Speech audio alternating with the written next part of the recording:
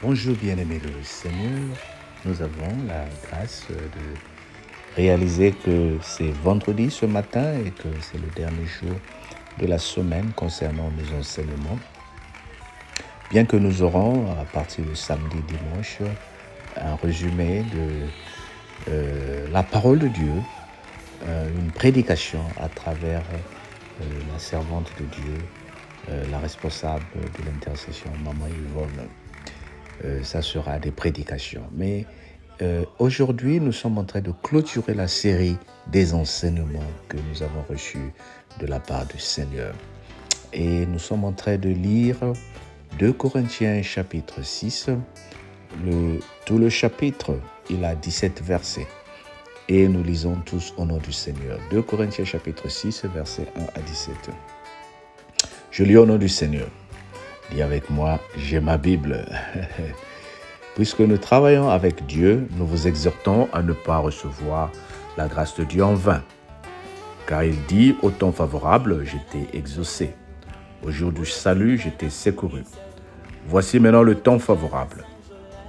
Voici maintenant le jour du sabbat. Nous ne donnons aucun sujet de scandale en quoi que ce soit, afin que le ministère ne soit pas un objet de blâme. Mais nous nous rendons à tout égard recommandables comme serviteurs de Dieu, par beaucoup de patience dans les tribulations, dans les calamités, dans les détresses, sous les coups, dans les prisons, dans les troubles, dans les travaux, dans les veilles, dans les jeûnes, par la pureté, par la connaissance, par la longanimité, par la bonté, par un esprit saint, par une charité sincère, par la parole de vérité, par la puissance de Dieu, par les armes offensives et défensives de la justice, au milieu de la gloire et de l'ignominie, au milieu de la mauvaise et de la bonne réputation, étant regardé comme imposteur, quoique véridique, comme inconnu, quoique bien connu, comme mourant, et voici nous vivons comme châtis, quoique non mis à mort. Verset 10. Comme attristés, et nous sommes toujours joyeux. Comme pauvres, et nous sommes enrichis en plusieurs. Et nous sommes enrichissant plusieurs, comme n'avons rien. Et nous possédons toutes choses. Notre bouche s'est ouverte pour vous, comme n'ayant rien. Et nous possédons toutes choses. Notre bouche s'est ouverte pour vous, comme n'ayant rien. Et nous possédons toutes choses. Alléluia.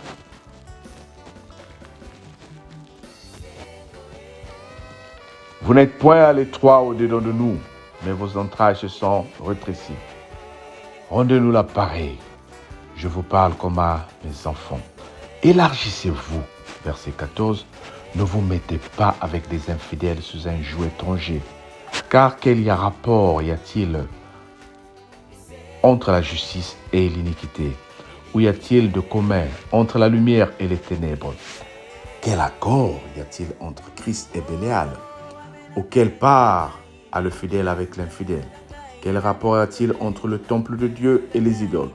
Car nous sommes le temple de Dieu vivant. Comme Dieu l'a dit, j'habiterai et je marcherai au milieu d'eux. Je serai leur Dieu et ils seront mon peuple. Le 17, c'est pourquoi sortez du milieu d'eux et séparez-vous, dit le Seigneur. Ne touchez pas ce qui est impur et je vous accueillerai. Il y a le verset 18, en fait nous sommes jusqu'au 18. Je serai pour vous un père et vous serez pour moi des fils et des filles, dit le Seigneur Tout-Puissant. Amen. Amen. Quelle très belle parole. Puisque nous travaillons avec Dieu, nous vous exhortons à ne pas recevoir la grâce de Dieu en vain. Car il est dit au temps favorable, j'étais exaucé. La grâce de Dieu est donnée à tout le monde. Dieu fait grâce à qui il veut, selon la parole de Dieu. Dieu fait pleuvoir sur les pécheurs comme il fait pleuvoir sur les païens. Dieu fait grâce à qui il veut. C'est le même Dieu. C'est le même Dieu qui a créé tous les hommes, ceux qui croient en lui et ceux qui ne croient pas en lui. Mais ici, la Bible nous dit de ne pas prendre sa grâce en vain. surtout nous qui travaillons pour Dieu. Lesquels qui travaillent pour Dieu? Mais c'est toi. Ce n'est pas seulement le pasteur. Le fait que tu ailles à l'église, tu travailles pour le Seigneur. Le fait que tu écoutes ces vidéos, tu travailles pour le Seigneur. Le fait que tu invoques le Seigneur, tu le loues, tu célèbres un culte, mais tu travailles pour le Seigneur. Et imagine-toi si tu n'es pas présent au moment des cultes, au moment des séances de prière, au moment de l'adoration, mais une seule personne ne peut pas faire toutes ces choses. Ta présence, ta participation, même ceux qui partagent ces vidéos, travaillent pour le Seigneur. Et il dit de ne pas prendre ce que nous faisons en vain, parce que sa grâce est à nous, est en nous. Oh bien-aimé, aujourd'hui, si toi tu es à mesure d'écouter la parole de Dieu, aujourd'hui, si tu es à mesure de partager la parole de Dieu, c'est parce qu'il y a une certaine grâce qui est là en toi. Et le Seigneur dit, ce que tu fais, tu ne le fais pas en vain, parce que lui, il renumère toujours ceux qui sont pour lui. Dieu accorde un temps favorable à tous ceux qui acceptent de le servir sans arrêt, sans gêne, sans regretter. Mais il dit, dans tout ce que nous faisons, nous ne devons pas donner une occasion pour que nous soyons un sujet de scandale en quoi que ce soit. Voilà la différence. Dieu fait grâce à qui il veut. Il aime tout le monde. Il aime les païens comme il aime les chrétiens. Il veut que toi et moi qui le servent, que nous ne soyons pas un objet de scandale. Qu'est-ce que cela veut dire? Dieu ne veut pas qu'à travers nous, d'autres personnes rétrécissent dans la foi. Dieu ne veut pas qu'à cause de ton enthousiasme, à cause de ton attitude, qu'une autre personne rétrécisse. Voilà pourquoi, bien-aimé, la foi, la relation avec Dieu, elle est individuelle. Mais dans une histoire de construire le temple du Seigneur, dans une histoire de construire le corps de Christ que nous sommes, nous devons veiller. Est-ce que je suis la main qui prend soin des pieds? Est-ce que je suis les yeux qui montrent le chemin aux autres? Que cela veut dire? Lorsque nous nous retrouvons dans les groupes de prière, lorsque nous nous retrouvons dans les milieux de l'église, nous devons faire un effort pour savoir que tout le monde reçoit quelque chose de la part du Seigneur. Ce n'est pas seulement toi, bien-aimé. Ce n'est pas seulement moi, bien-aimé. Quand tu es dans un milieu, ne pense pas qu'à toi. Ne pense pas qu'à toi. Pense aussi aux autres. Commence à te demander, est-ce que ce que je fais, est-ce que ce que je dis crée un scandale dans la vie des autres? Est-ce que c'est à cause de moi que les gens ne viennent plus à l'église? Est-ce que c'est à cause de moi que plus personne ne veut parler dans mon entourage? Est-ce que c'est à cause de moi que les gens sont en train de se refroidir? Si c'est le cas, bien-aimé, surtout en cette nouvelle année, commence à reculer. Commence à rectifier ses erreurs.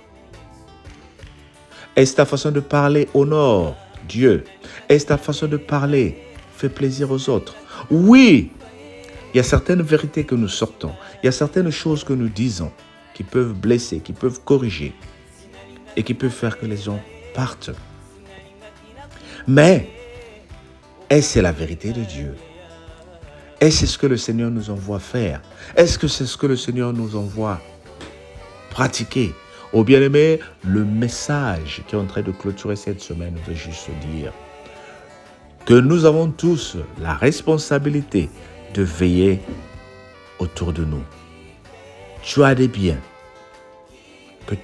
tu as des regrets, tu as des demandes que tu présentes auprès du Seigneur. Mais pense aussi à ton entourage. Commence à te demander. Je suis dans un groupe de prière. Je suis dans une église. Je suis dans une famille. Je suis en relation. Quelle est ma contribution dans la vie de ceux qui vivent avec moi? Et je suis aussi en train de parler aux chrétiens que nous sommes, dans les maisons où vous habitez. Je suis une femme.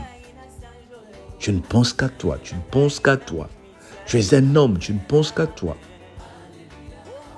Tu es parent, tu ne penses qu'à toi. Tu es enfant, tu ne penses qu'à toi. Commence à regarder. Est-ce que la personne qui vit auprès de moi se portent bien? Est-ce que tu prends les nouvelles des personnes qui sont dans ta maison? Est-ce que tu prends les nouvelles de ton partenaire? Lorsque ton mari, lorsque ta femme revient du travail, lorsque ton mari, lorsque ta femme est au travail, est-ce que tu prends les nouvelles pour savoir comment ça se passe ta journée? Quand tu arrives à la maison, est-ce que c'est juste toi ou tu penses aussi aux autres? Dans ta famille, bien-aimé, surtout nous qui avons la grâce de travailler, d'avoir un peu. Est-ce que tu penses aussi aux autres qui sont autour de toi? Oh, ne soyons pas une occasion qui va faire que la grâce de Dieu soit en vain.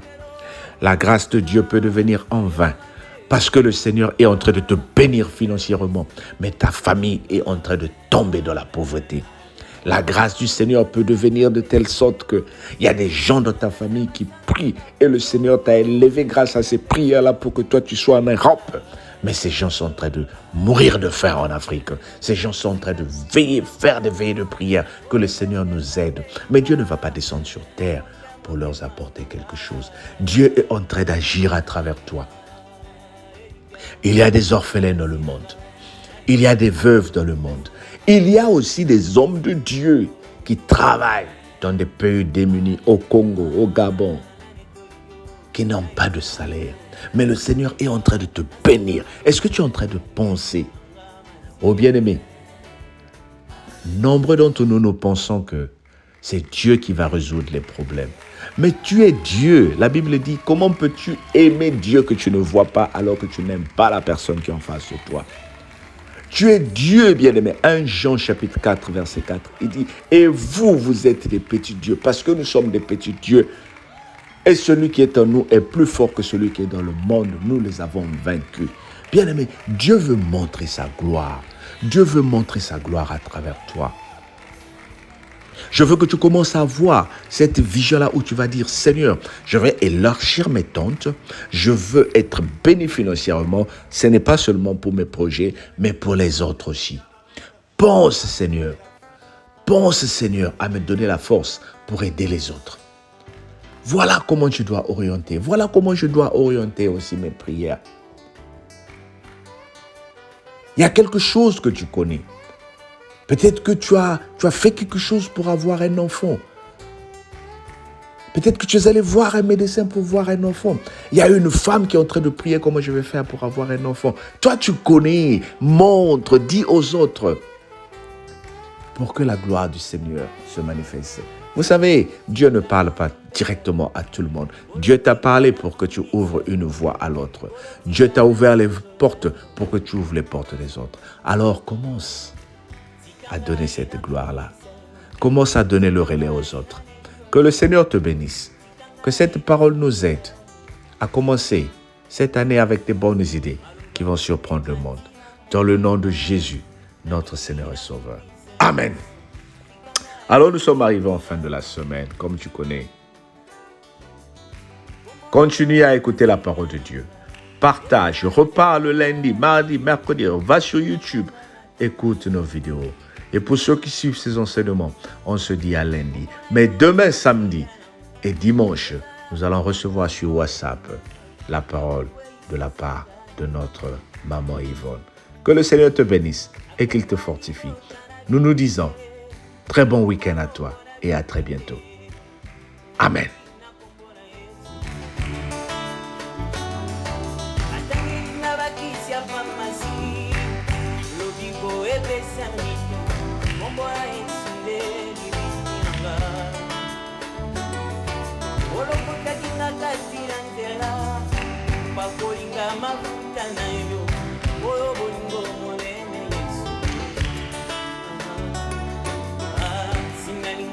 Beba